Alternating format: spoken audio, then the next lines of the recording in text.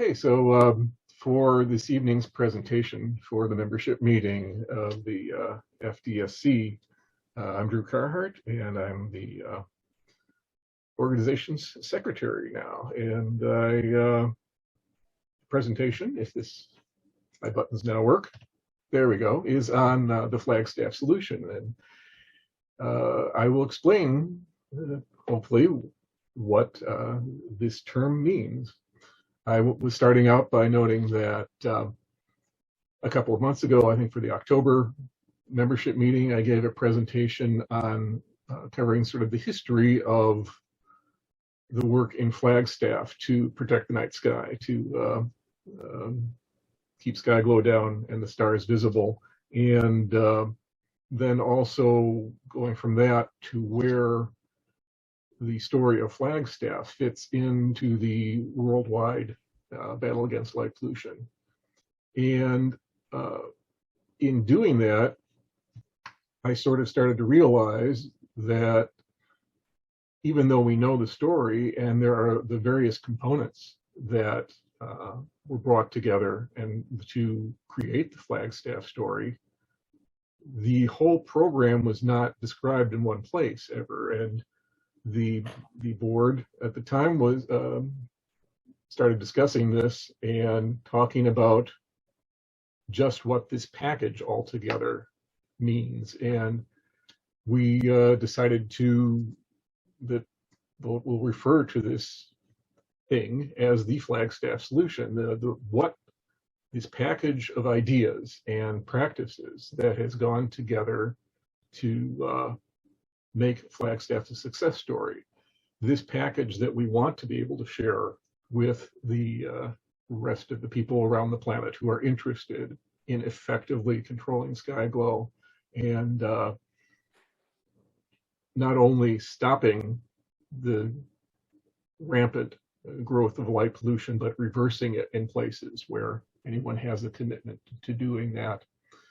So we undertook, as Chris noted in his introduction, we undertook this project of defining the Flagstaff Solution. So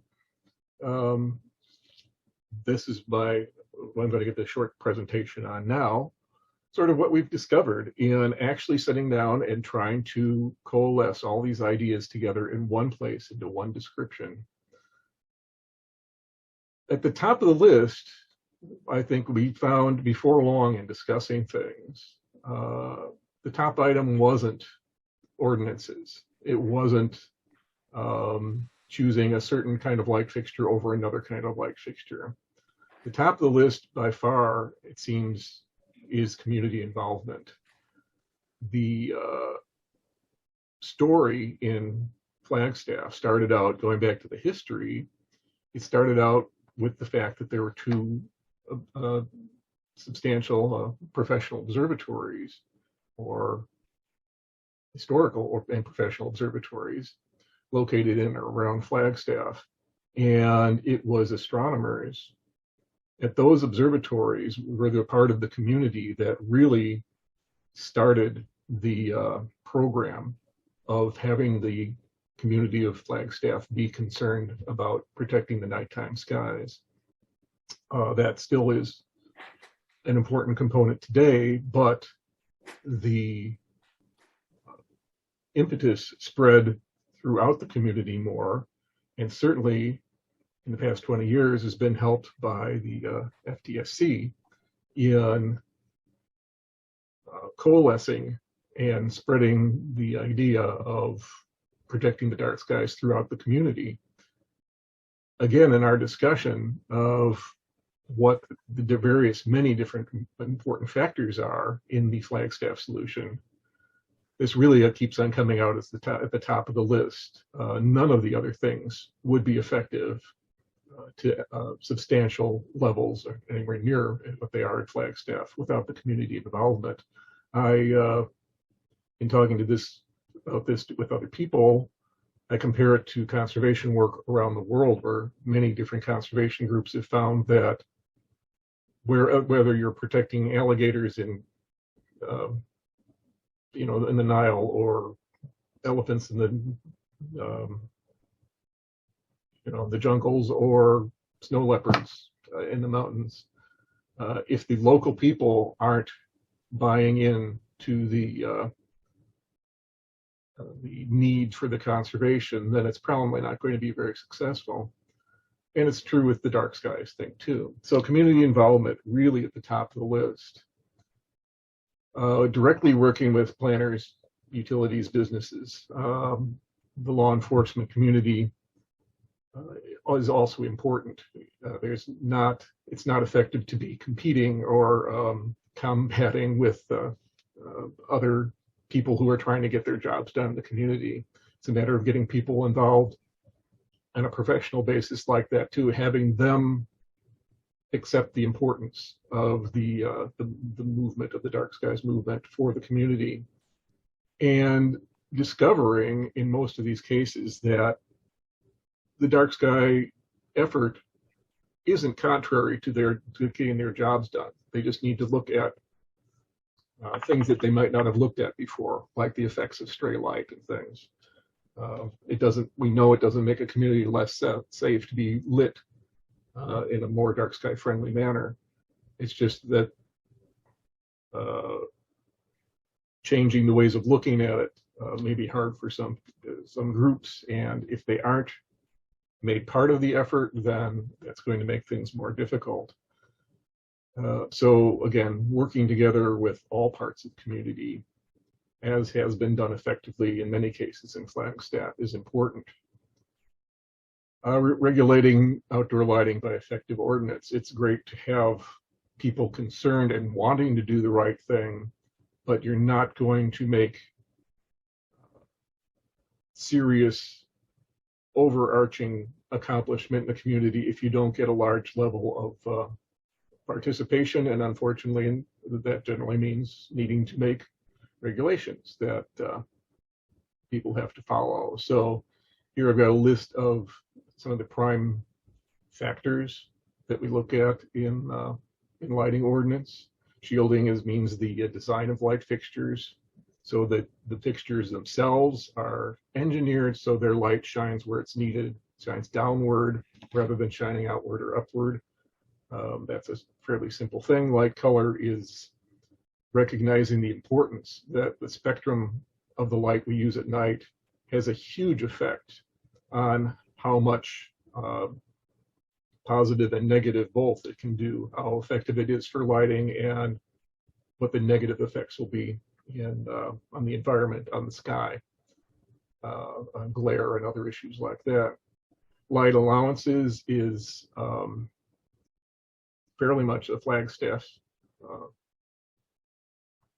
inception of saying, instead of just talking about putting the right kind of light fixtures in, saying overall a business or an industry taking a certain amount of area should be allowed a total certain amount of photons that they can generate, a certain amount of light that they can create to light up that area. In regulating it that way ends up being a lot more effective than just the right kind of light fixtures, because even with the right kind of light fixtures, you can very much overlight an area. And whenever you overlight an area, you're going to get more stray light just from reflection and all, even with good fixtures. So that's an important factor. Including roadway lighting is important for a couple reasons. It's a reasonable percentage of the light used outdoors in community. It's on all time generally, and the lighting in a community needs to be all on the same footing. If you have some things that are lit up way more than others, it really reduces the effectiveness of the things that might be moderately lit or properly lit to have other things that are brightly lit nearby. So keeping the lighting levels in a community overall are important, and the roads need to be included in that. The use of lighting zones. In Flagstaff, it's used to protect the zones around the observatories, recognizing that you only need a certain amount of light in any area to do activities, but in zones that need protection for like astronomical reasons or ecological reasons, you might need to push even lower. You might need to bring that general lighting level down even lower across an area. And the careful wording of ordinance is also a very important part of ordinance writing. A lot of ordinances end up being written with loopholes or with vague terms in them. I just got contacted, had Don and Chris can certainly tell about experiences like this, but when yesterday I've been contacted by someone who lives in a municipality where they have their lighting ordinance keeps on referring to nuisance, and he thinks his neighbor's light is a nuisance, and his neighbor does not think his light is a nuisance, and that does not really solve anything very much. So that's an example of how things need to be written well to be effective. Going onward, the last item, the major item in the success of the Flagstaff solution is under this broad term of follow-up. You can't set everything in place and then walk away. The community involvement needs to be kept vibrant permanently. This identity that the sky is important, that doing lighting well is important, needs to be renewed all the time. So in Flagstaff, having public events like Flagstaff Star Party and the other things that the FDSC organizes and supports is very important.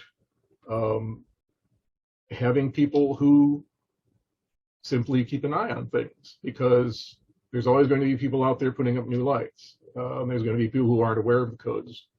There's going to be people who would just as soon skirt them if nobody notices. So having the community as a whole, having people in it that are keeping an eye on things is important too.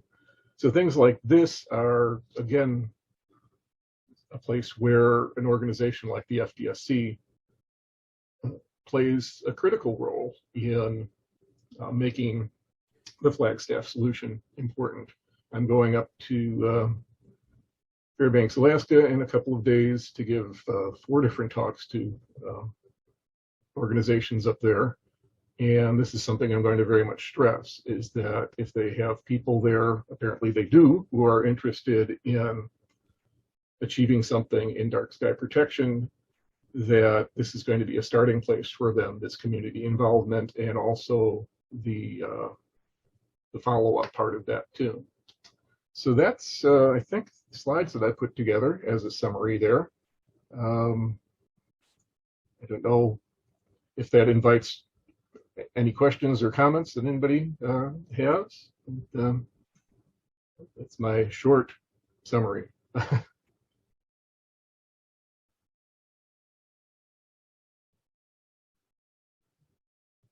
It's funny, sometimes you have to click the button to turn off the mute, and sometimes you can press the space bar, but they don't always, it's not consistent.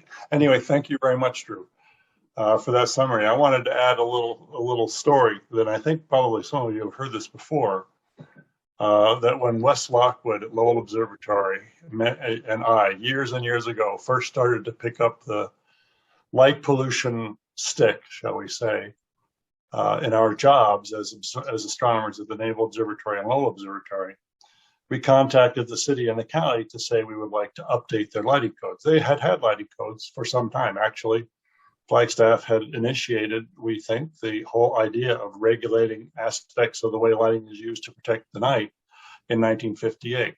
And then they had a comprehensive code that was adopted shortly after Southern Arizona adopted Tucson, Pima County, I believe, adopted theirs in 1972. They adopted in 1973 a comprehensive code. But here, Wes Lockwood and I went to the city and the county to say, we think it may be time in the mid-'80s here to think about updating it. And when we went in to talk to the county, the planner there, an absolutely wonderful man to work with over the years. This is the first time I met him. When we went into his office to talk to him, he had on his table, on his desk, a stapled sheet group of papers, maybe 15 pages, that said lighting code. And he looked at us and he said, I didn't even know we had one of these. That was in 1986 after it was adopted in 1973. And that absolutely is typical of what happened then and it still happens today, and is that so many communities focus on lighting codes, adopting lighting codes, and then phew, got that problem taken care of, and now I can go back to doing what I do every day. And they just don't work that way. I guess maybe there may be some community somewhere who adopt the lighting code and then it works from the get-go. But this whole idea of getting involved and maintaining involvement, not just from any individual sector like the observatories, but across the community, is a critical part of, I think, what's made Flagstaff successful. So thank you, Drew, for outlining that. Any questions?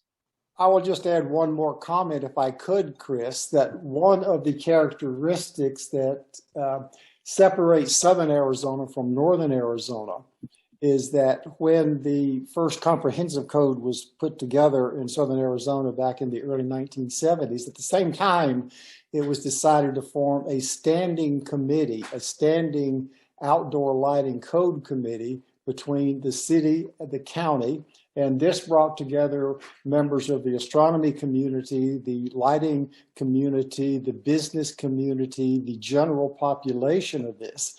And that committee then meets 3 to 4 times a year on a regular basis and has continued to be a factor that keeps the outdoor lighting code front and center in the eyes of politicians as well as the staff, and occasionally from the population too, when they say, hey, my neighbor's got a terrible light, what can I do about it? Anyway, that's one thing that still exists in Southern Arizona. Flagstaff has a long history of this, and we have not ever formed the committee. We've aspired to form a committee like Tucson, Pima County has. It's really devolved in our area down to myself originally in West Lockwood, spending a lot of time with the planners, making sure that they implemented the code, going and sitting in on project reviews. And then later, when the coalition was formed in 1999, working to make sure that the community understood that this wasn't just a concern of the observatories. The dark skies had values much more broadly than that. And in fact, I don't think even when we formed the coalition, we realized perhaps quite how important that whole aspect was. We've spent a lot of time, and I think very effectively in the last 22 years or so, really helping Flagstaff culture overall, not just the observatories and the support for the observatories. Everybody loves the observatories in Flagstaff, and the observatories are always pleased at the support they get. But to help the community realize that this is something that matters more than just to the observatories, it matters to them. We've got businesses in town like Dark Sky Brewery, we've got Dark Sky Jewelry, we've got, I can't remember all the names of companies. We have Dark Sky Aerial. We have a bunch of companies in town that just think the name is cool. And that just brings the whole thing forward. And everybody realizes that this is something that's just kind of cool that everybody can take advantage of. And it's of value, not just to protecting the skies for astronomers, but to keeping the night front and center as something that's an important value of the environment and the quality of life for pretty much everybody. I don't know anybody who looks up at the night sky and isn't awed by it. Don't have to be an astronomer. So was anything not worked in the code other than, the lack of the committee, the standing?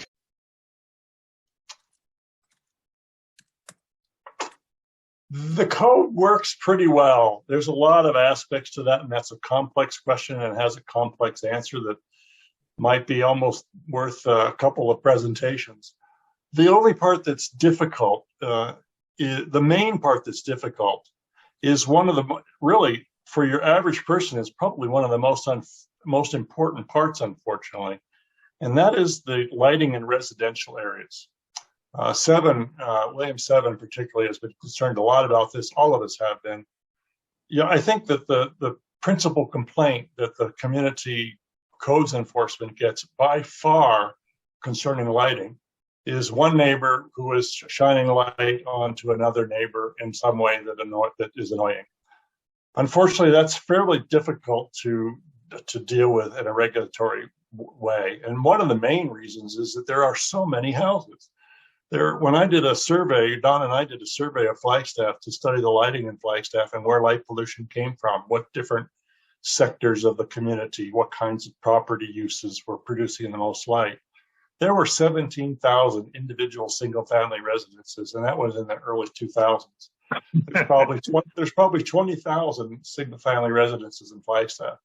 That's a daunting project to try to think of getting all that light into compliance. And then next week or next weekend, when somebody takes on a weekend honeydew project, it's probably, there's another 100 or 200 of them that are out of compliance because they just don't know how to do it right, or they don't care. Does the Flagstaff lighting code even have any specific wording around light trespass, or is it all just covered by the rest of the code? One of the things we didn't talk about Flagstaff Solution is the nature of how you try to approach the technical details of how you approach different standards in the codes. Some are more technically tempting and seem accurate, and some are more practically effective, and sometimes the technically accurate and the practically effective aren't the same. So for Flagstaff regarding trespass, we've always avoided the idea of limiting trespass by giving a measurement that somebody could have to not exceed. Say you can't have more than a certain number of foot candles at eye level or at property level at the property boundary. That's commonly implemented in lighting codes, but I don't think it's generally very effective because communities who are trying to enforce those kinds of standards don't have the resources to go out and measure those things. Right, and then people would just go right up to the limit no matter what, instead of being below it in most cases. And what limit would be appropriate? I mean, you might think that one number is okay, and somebody else might think 10 times lower or 10 times higher is or what's necessary. So what we've done instead, and it's not perfect by any means, is we've had a very strict shielding standard in residential areas. And you can tell shielded without any measurements. You can just look at it. You can, when you're buying it in the store or when you're ordering it online, you can tell from the picture whether it's shielded. And then even a shielded fixture can be a bad neighbor fixture if it's too bright. So then we have limits on the brightest bulb you can put inside of a residential fixture. Still, that doesn't solve the 20,000 individual houses problem. Yep. But it's part of the solution. But another big problem also is just the lack of enforcement, right? Like, even though these are in code, Flagstaff doesn't really employ enough people to go around and check those codes. Or when there is a complaint, whether or not they get to it within the next 6 months is an issue, right? Yes, it has been. It's getting much better in the last couple of years. They've actually hired a full-time codes enforcement guy whose specialty is lighting codes. Actually, it's a woman now. The guy went to a position at the county who was doing that, and they've been following up on a lot of things, much better than they did in the past. But still, yeah, it's a very daunting problem, particularly in the residential area. So many of them. Also, yeah, they need authority behind them. No one wants to listen to some city employee tell them what to do with their property. Right. It's hard to solve these problems with all of them, especially every porch light and garage light, without becoming a police state. Yeah. That's why, like Drew was talking about, the most important thing is the community involvement in it. If you get everybody behind it, then you get enough peer pressure to. Absolutely. Yeah. That's a much more effective way than hiring probably another code. Hiring a codes enforcement person is important, and not only hiring them, but of course getting the money committed in the budget to pay somebody every year to do that. But yeah, getting people so that there's less pressure on the other side. Deal with the enforcement from one side, but try to raise the level of education and awareness from the other side so that the magnitude of the problem is addressed from both sides. Right, and then, I mean, that's what the role of FDSC is. We're not codes enforcers, and we shouldn't be. We should be addressing the other side of the problem, getting people to want to have the codes. I'd toss in too that I think a practical experience, having the good example, plays a big role in community awareness, and we've been talking about trying to get more neighborhoods to buy in as a neighborhood to do better household lighting, and then if the other people in the area can look at a spot like that and see how nice it is when everybody has good lighting, how it looks safe, it looks inviting, it looks homey, that can reduce this knee-jerk reaction that I need a barn light out in front of my house because that's how I keep safe or whatever, because that's unfortunately always going to be an issue in the United States, at least, probably around the world. If you can put up prison lights around your yard, you feel safer or something or other. But if you can see it done well and you realize all of a sudden that maybe you don't need that, to live in a nice place. So. And that's another thing we hope the organization can do is encourage more good examples around. Good lighting and dark skies sell themselves. Yep. A couple of years ago, I think it was about 2 years ago, a neighborhood did that. They actually contacted us and asked for guidance. And then they did it was a neighborhood which had a homeowners association, and the homeowners association initiated a project to replace all of their lighting, which the homeowners association has some control over, even though the individual homes are individually owned. They had control over some of the lights. They had control particularly over the light facing the street with a house number on it. But they initiated a project to have all that lighting replaced, and then the individual homeowners, most of them, 2/3 or more of them, bought in and replaced the rest of their lighting that the homeowners association didn't have any say on. And I believe Bonnie wrote a story on it. Didn't you, Bonnie?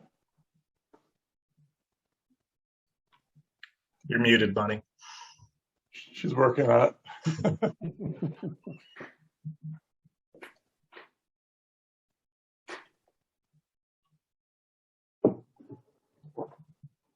Still muted. Yeah, I wonder what's happening. We'll have to learn sign language. Try your space bar, Bonnie. It should. If you select the Zoom meeting window and then hit space, it should unmute you. Maybe that's maybe it. I had the wrong window selected when I tried the space bar.